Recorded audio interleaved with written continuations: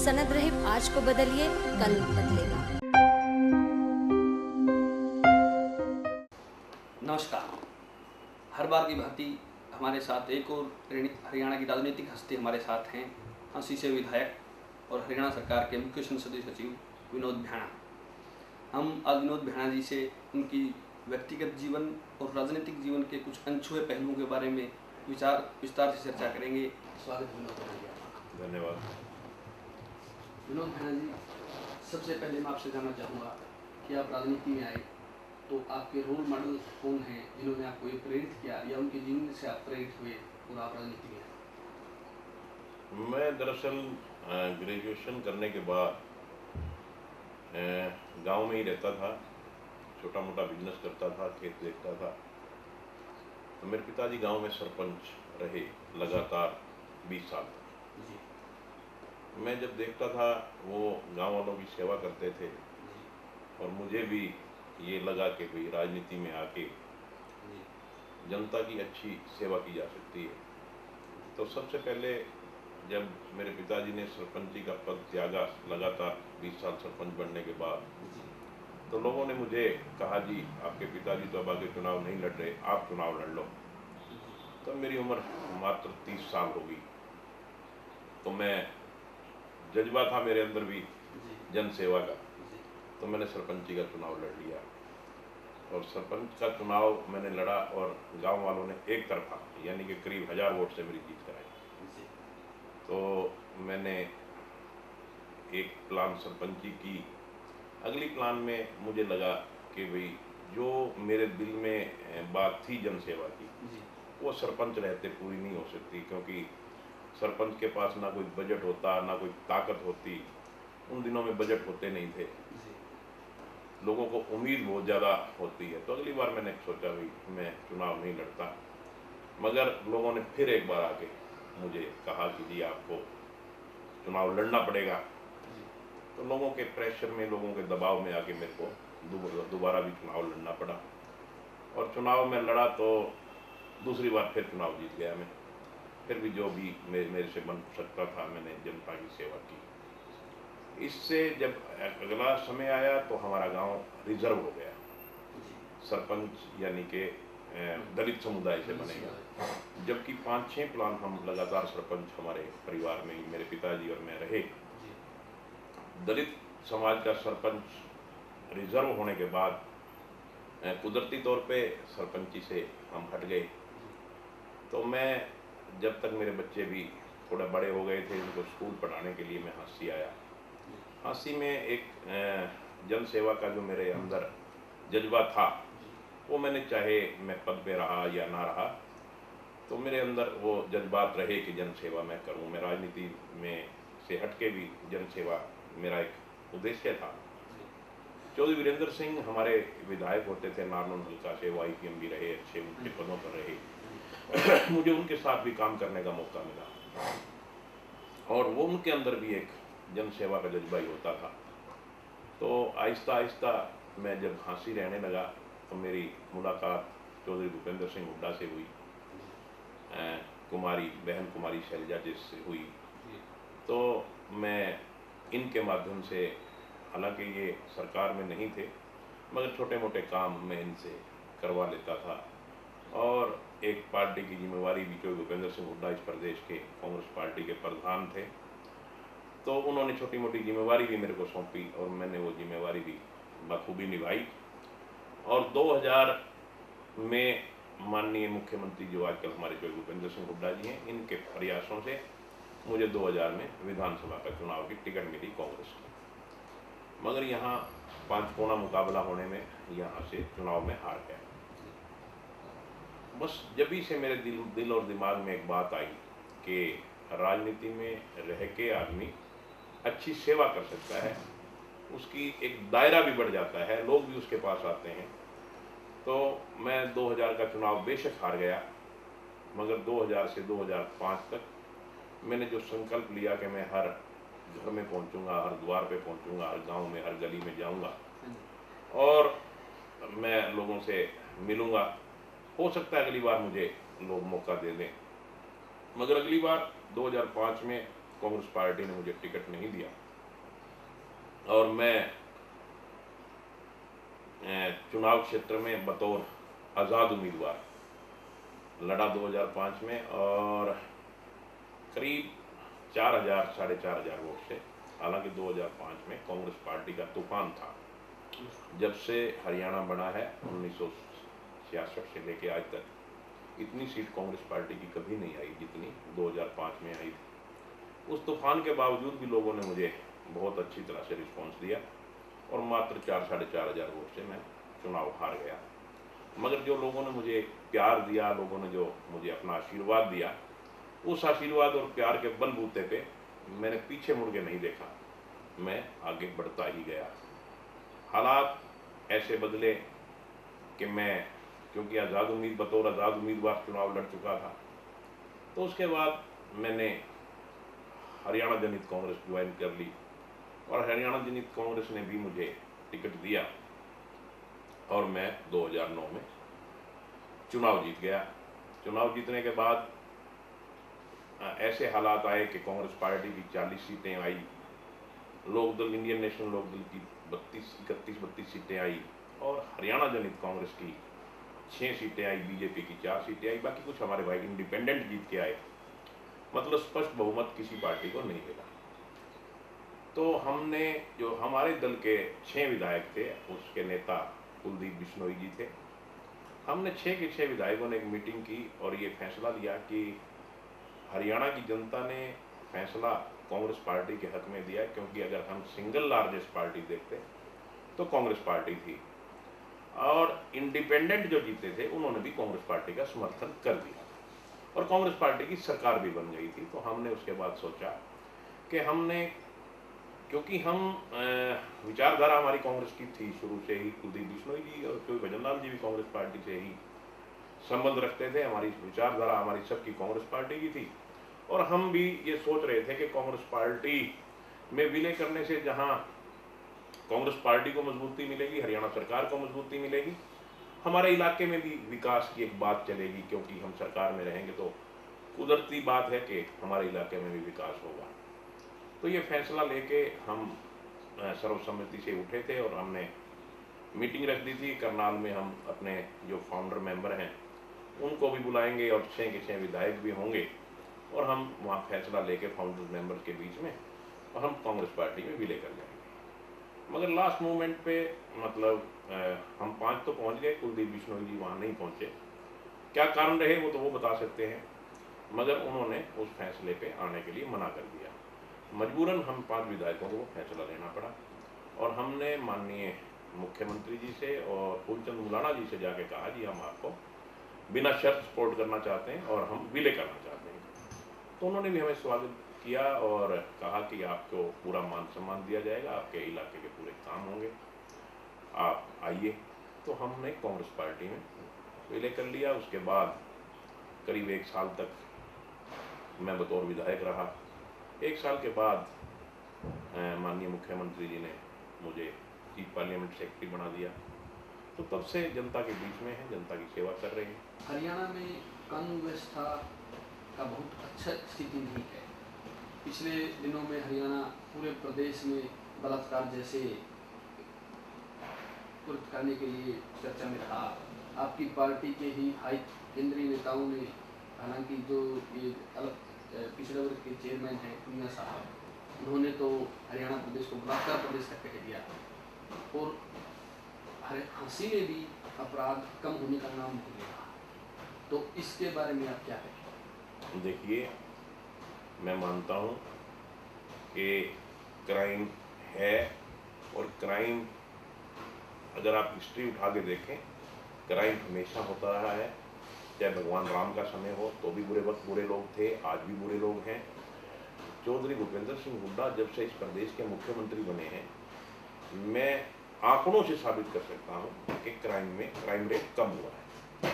और जहां तक आप हाँसी की बात कर रहे हैं, मैं चुनाव जब लड़ रहा था तो हाँसी में लोग इतने भयभीत थे उन दिनों, यहाँ कोई 2 महीने नहीं निकलते थे। ये तो रिकॉर्ड बताता है, इतिहास गवाह है, 2 महीने 3 महीने में फिरौती के बदले कोई ना कोई मर्डर होता था। हुए हैं, मर्डर मेरे, मैं कहता हूँ मेरे एमएलए बनने के बाद भी घटनाएं हुई हैं, मगर अगर उस समय के और आज के समय में आप क्राइम रेट देखें, मैं ये कहता हूँ क्राइम गलत है, नहीं होना चाहिए, हम पूरी तरह से कंट्रोल करने की कोशिश में हैं और हम उस कोशिश में कहीं ना कहीं कामयाब भी हो रहे हैं, मगर ये भी मैं मानता हूँ कि 100% हम क्राइम को ख़त्म नहीं कर पाए, जो हमें कर लेना चाहिए जल्दी, हम आगे भी कोशिश में लगे हुए हैं। मगर एक बात मैं कहता हूँ कि अगर पिछले 5 साल का क्राइम रेट देखें हांसी शहर का और इन 5 साल का देखें, मैं 100% इस बात से मतलब वो हूँ कि हमारे क्राइम रेट कम हुआ है। तो इसलिए जब इंसान कोशिश करता है तो उस कोशिश करने में कामयाबी में थोड़ा समय लग सकता है, मगर इंसान की नीयत साफ हो तो कोशिश में कामयाबी जरूर मिलती है। माननीय मुख्यमंत्री चौधरी भूपेंद्र सिंह हुड्डा की नीयत साफ है इस मामले में कि इस प्रदेश को अपराध मुक्त बनाना है, हमारी सभी विधायकों की नीयत साफ है, तो जल्दी ही पहले भी रिजल्ट आए हैं और अच्छे रिजल्ट जल्दी आएंगे। आपकी पार्टी पिछले 2009 में भी और अब भी भूपेंद्र सिंह हुड्डा जी कह रहे हैं कि हम विकास के बल पर, विकास के दम पर विधानसभा और लोकसभा चुनाव जीतेंगे। प्रत्यक्ष तौर पर आपके मुख्यमंत्री के ऊपर, कांग्रेस पार्टी के मुख्यमंत्री के ऊपर क्षेत्रवाद का आरोप लगा है, कि आप इससे कितना सहमत हैं? अगर हम पिछला इतिहास उठा के देखें, रोहतक शहर की इतनी बुरी हालत थी, कभी हमें दिल्ली जाना पड़ता था बरसात के दिनों में, तो रोहतक शहर से निकलना बड़ा मुश्किल नहीं था, असंभव था। अगर उस शहर को किसी ने संवारने का काम किया तो बुरी बात थोड़ी, और संवारोगे तो पैसा लगेगा। अब यही बात देख ले हम, क्या हिसार में काम नहीं हुए? आज 3 यूनिवर्सिटी हैं, आप पूरे देश में घूम लीजिए, मेरे को कोई ऐसा शहर नहीं नजर आता पूरे देश में कि जहाँ 3 यूनिवर्सिटी हो। शिक्षा का एक हब बना रहे हैं। मेडिकल सुविधा हिसार में कोई कमी नहीं है, हिसार में आपके बाईपास बन रहा है, हिसार में डेवलपमेंट के काम इतने अच्छे चल रहे हैं। मैं आप हांसी की बात करें, अगर हम, मेरे विधानसभा में पहुंचने से पहले पूरा हांसी शहर गवाह इस बात के लिए कि हमारे यहाँ पीने के पानी की इतनी प्रॉब्लम थी, मतलब कोई सोच नहीं सकता कि एक शहर में पीने के पानी के लिए इतना लोगों को तड़पना पड़ता था, सारी सारी रात जागना पड़ता था। और मैं जब विधानसभा में पहुंचा, मैंने सबसे पहले माननीय मुख्यमंत्री जी से कहा कि मेरे शहर में पीने के पानी की प्रॉब्लम है, अगर हम पीने का पानी मुहैया नहीं करवा सकते। मुख्यमंत्री ने फौरी तौर पर हमारे यहाँ सीवरेज के और पीने के पानी के करीब 85 करोड़ रुपए मंजूर किए और आज वाटर वर्क्स हमारा बनके तैयार हो गया। सीवरेज के हमारे ट्रीटमेंट प्लांट लग गए, हमारे सीवरेज की बढ़िया व्यवस्था हो गई शहर में और हमारे देहात में। अभी मैं आपको एक मिसाल देता हूँ, मुख्यमंत्री जी आए थे, हमारे रेल मंत्री भी आए थे, यहाँ अपने सड़क परिवहन मंत्री भी आए थे। तो एक तो हांसी से रोहतक रेल लाइन मंजूर कर गए, एक हमारा ये 4 लेन रोहतक से हिसार, क्या वो रोहतक वालों के काम आएगा, वो हिसार वालों का काम नहीं आएगा। अगर दिल्ली पहुंचना है तो आपको रोहतक से दिल्ली 4 लेन बनाना पड़ेगा ना, जब भी तो आप दिल्ली पहुंचोगे। आप वो कहो जी वो रोहतक का 4 लेन बन गया, रोहतक का 4 लेन क्यों बन गया, हम नहीं जाएंगे उस 4 लेन पे। या आप जो हांसी से हिसार से रोहतक बनेगा, क्या सरसा के लोगों को फायदा नहीं होगा? चरण बाई चरण हर जगह डेवलपमेंट हो रही है और मैं तो हर गांव में मंच पे खड़े होकर कहता हूं कि पिछला पूरा रिकॉर्ड उठा के देख लो, जितना इन 4 साल में विकास हुआ है, मैं नहीं समझता कि पीछे 40 साल में इतना विकास हुआ। तो ऐसा कोई विकास में भेदभाव की बात है नहीं। भ्रष्टाचार के मामले पर सीढ़ियां जारी की गई, पैसे मांगे जा रहे हैं हरियाणा के एमएलए मिनिस्टर द्वारा, और उसमें आपका नाम भी उछला। वो षड्यंत्र नहीं और बदनाम करने का प्रयास नहीं तो और क्या है, एक ही आदमी है, वो सबके पास जा रहा है, एक आदमी जो सेली दिखा रही है। मुझे नहीं पता कि वो आया भी है कि नहीं आया, वो कैसे बनाई है, कैसे फेक है, क्या मुझे नहीं पता, मगर वो जो आवाज आ रही है वो सामने नहीं आ रहा। एक ही कागज लेके जा रहा है वो कि जी ये मेरी CLU है। अरे अगर किसी ने कोई पैसे मांगने होते, अब मेरी तो ये है कि मेरा बराबर में प्लाट है जहां मैं आम लोगों से मिलता हूँ, पब्लिक से मिलता हूँ, वहां बैठा हूँ मैं, एक आदमी जो वो दिखा रहा है, वो कैसे उसने सीढ़ी बनाई है मुझे नहीं पता। अब अगर मैंने कोई ऐसी पैसे की बात करनी होती तो मैं उसको अंदर ड्राइंग रूम में, अब आपको तो ड्राइंग रूम में लेके आया हूँ मैं, कोई भी ऐसा आदमी आता है, अगर कोई, पहली बार हम तो कभी ऐसा काम करते ही नहीं, मगर कोई भी करता होगा तो उसको अलग ले जाएगा, यूं पब्लिक पैलेस पे बैठ के थोड़ी वो करेगा। टोटल बदनाम करने का एक षड्यंत्र है, किसी की कोई सीढ़ी नहीं है और किसी ने कोई पैसे नहीं मांगे। और उसके बाद हमने खुद खड़े होकर विधानसभा में सब ने ये कहा कि इस बात की जांच होनी चाहिए, अगर कोई कसूरवार है तो उसको सजा मिलनी चाहिए। आज हमारे लोकायुक्त बार बार नोटिस दे रहे हैं कि कोई तो आ जाए शिकायत लेके, कोई तो आ जाए शिकायत लेके। कोई शिकायत लेके 1 महीने का टाइम दिया, कोई शिकायत लेके नहीं पहुंचा, सिटी बनाने वाला नहीं पहुंचा, जो लोग इल्जाम लगा रहे थे वो नहीं पहुंचे, कोई भी तो नहीं पहुंचा। अगर वो सच है तो क्यों नहीं जाते, शिकायत क्यों नहीं करते? दूसरे शब्दों में आप ये कह रहे हैं कि ये आधारहीन है। आधारहीन है। एक कांग्रेस पार्टी को और कांग्रेस पार्टी के विधायकों को एक बदनाम करने का षड्यंत्र है। हरियाणा कांग्रेस का मुकाबला आप किससे मानते हैं? आज के दिन किसी से मुकाबला नहीं है। पक्ष में आएगा कौन, किसके साथ मुकाबला होगा? मुझे नहीं लगता कि कांग्रेस पार्टी का के मुकाबले में कोई पार्टी कहीं स्टैंड भी करे। कांग्रेस पार्टी, देखो लोकदल वाले नेता तो आपको पता है बेचारे अंदर पड़े हैं। इनकी हजका बीजेपी की पोजीशन इतिहास साक्षी है कि कितनी सीट आई इनकी, कब तक ये लड़ाई लड़े, ये सबको पता है। इसलिए मुझे नहीं लगता कि कांग्रेस पार्टी का कोई मुकाबला किसी के साथ रहे। कांग्रेस पार्टी एकदम। विनोद जी, आप अपने राजनीतिक जीवन और व्यक्तिगत जीवन कैसे तालमेल करते हैं? इतना बिजी शेड्यूल हो जाता है तो आप अपने परिवार को समय कैसे देते हैं? ये तो देखो मजबूरी होती है, परिवार वाले इससे नाराज भी रहते हैं कि हम परिवार को पूरा समय नहीं दे पाते, मगर फिर भी कोशिश करते हैं जितना भी समय हम जन सेवा से हटके कुछ थोड़ा बहुत समय निकाल पाते हैं, परिवार वालों को भी एडजस्ट करने की कोशिश करते हैं। एक मैं बिल्कुल आपकी ऐसा जिंदगी का पल जानना चाहूँगा जो आपको सारी उम्र याद रहे, चाहे आप उस पल में क्रोधित हो गए या आपको एक असीम खुशी मिली हो, चाहे आपका वो बचपन का हो, चाहे राजनीतिक जीवन का हो, चाहे व्यक्तिगत जीवन का हो, कोई ऐसा अनुभव? मैं बचपन में जब 10वीं क्लास में पढ़ता था तो मेरा गांव लोहारी है और मोठ में हम पढ़ते थे, हमारे गांव में मिडिल स्कूल था। और जब हम छुट्टी के समय स्कूल से निकले, हम 4 बच्चे और साथ में एक मास्टर जी भी थे, वो कार्यरत मोठ थे मगर वो रहते लोहारी थे। मोठ से लोहारी करीब 3 किलोमीटर सफ़र पड़ता है। हम पैदल चल पड़े, बरसात का मौसम था, बरसात होके हटी ही थी कि हम पैदल चले मोठ से लोहारी। सड़क से ना होके पगडंडी से, जो खेतों का रास्ता होता है, पगडंडी से जब आ रहे थे तो रास्ते में एक जमींदार ने सब्जी की खेती कर रखी थी, घिया लगी हुई थी। मास्टर जी ने बच्चों को कहा कि 2 घिया तोड़ लाओ, तो एक बच्चे ने जाके 2 घिया तोड़ के अपने हाथ में ले लिया। हम पैदल पगडंडी से रास्ते से आ रहे थे। वो घिया तोड़ते हुए कहीं किसान ने देख लिया, उसको बड़ा गुस्सा आया। वो ट्रैक्टर पे चढ़ के घूम के जहाँ हमें सड़क पे चढ़ना था पगडंडी से उतर के, उसने आके हमारे को घेर लिया। उसने, जमींदार ने मास्टर की पिटाई की बड़ी ज़बरदस्त कि तू बच्चों को ये शिक्षा देगा। वो पल मुझे ज़िंदगी में कभी नहीं भूलता। मैं जब कभी भी उस पल को याद करता हूँ तो मैं कहता हूँ कि वाकई वो मास्टर जी की गलती थी, ऐसा काम उन्हें नहीं करना चाहिए था। हम तो बच्चे थे। एक जमींदार ने उनको मास्टर का लेसन पढ़ा दिया। हाँ, बिल्कुल पढ़ा दिया और मुझे वो क्षण कभी ज़िंदगी में भूल नहीं सकता। आपकी पार्टी के नेता राहुल गांधी जी कह रहे हैं कि युवाओं का सामान्य होता है। हाँ, तो हम आपसे जानना चाहते हैं कि आप अपनी तरफ से युवाओं को क्या संदेश देना चाहिए?